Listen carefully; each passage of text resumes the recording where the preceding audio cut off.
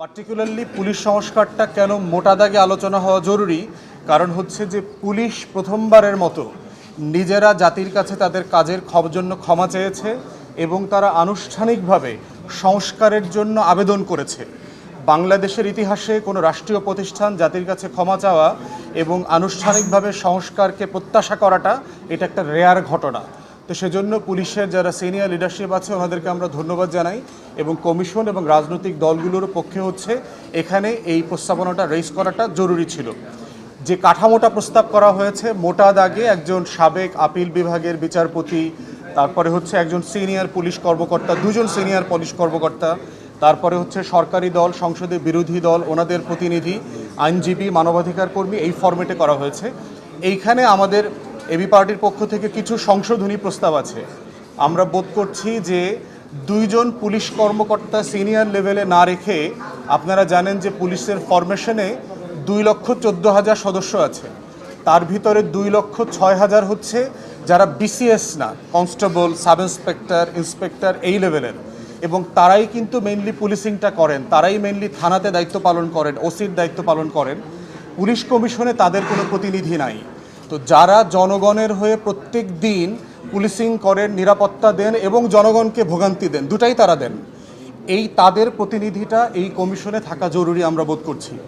দ্বিতীয়ত হচ্ছে সরকারি দল বিরোধী দলের প্রতিনিধির পরে আবার স্পিকার এবং ডেপুটি স্পিকারের প্রতিনিধি আসলে প্রয়োজন নাই, এটা একই ফ্রেমে আসছে। বরং আমরা বোধ করছি যে একজন রিটায়ার্ড সেশন জাজ দরকার, যিনি আসলে পুলিশ জানেন যে আপনার নিম্ন আদালতে সে তদন্তের জন্য প্রতিবেদন দেয় এবং সাক্ষী দেয়, মামলাটা সে প্রস্তুত করে, জিডি করা থেকে শুরু করে। অতএব এই প্রসেসটা যেই বিচারক ডিল করেন নিম্ন আদালতে, তার প্রতিনিধি দরকার। এবং সেই জায়গাতে আমরা বোধ করেছি যে একজন নিম্ন আদালতের ডিস্ট্রিক্ট জাজ, সেশন জাজ ছিলেন, তেমন একজন এখানে প্রতিনিধি দরকার। তো সেক্ষেত্রে কমিশনটা রিভাইজ করার জন্য একজন আইনজীবীর প্রস্তাব করা হয়েছে। আইনজীবীটা নিম্ন আদালতের অভিজ্ঞতা সম্পন্ন না হলে যেটা হবে, রাজনৈতিক পরিচয়ে আপনার উচ্চ আদালত থেকে একজনকে দিয়ে দিবে যিনি আসলে এখানে ভালো রোল প্লে করতে পারবেন না। তো সেই জায়গাতে আমরা বোধ করছি যে এটার ফরমেশনটা আরও একটু পরিষ্কার হওয়া দরকার এবং পুলিশ সংস্কারের, পুলিশের যে ভিতরকার সংকটগুলো আছে সেগুলো নিয়ে আরও বিস্তারিত আলাপ হওয়ার জন্য আমরা ইতিমধ্যে প্রস্তাব দিয়েছি এবং ওনারা চেষ্টা করবেন এটাকে আরও নতুন করে এজেন্ডাভুক্ত করবার জন্য। দ্বিতীয় জায়গায় হচ্ছে ছোট করে আলোচনা হয়েছে একটা কনফার্মেশন যে প্রধানমন্ত্রী দুই টার্মের বেশি অথবা 10 বছরের বেশি থাকতে পারবেন না।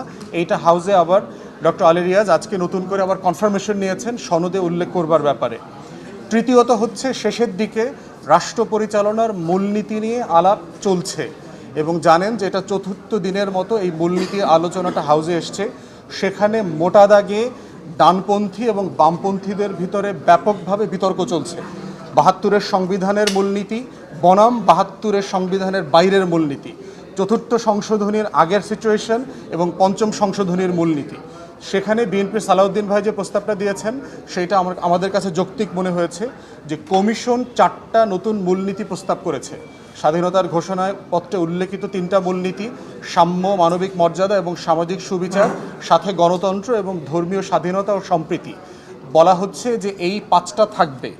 এর সাথে 72-এর সংবিধানে থাকা অথবা পঞ্চম সংশোধনীতে যোগ হওয়া কোনো মূলনীতি যোগ হবে অথবা হবে না, এটা আগামী সংসদের এখতিয়ারের উপরে ছেড়ে দেওয়া হয়েছে। আলোচনাটা এখন বেশ উত্তপ্ত।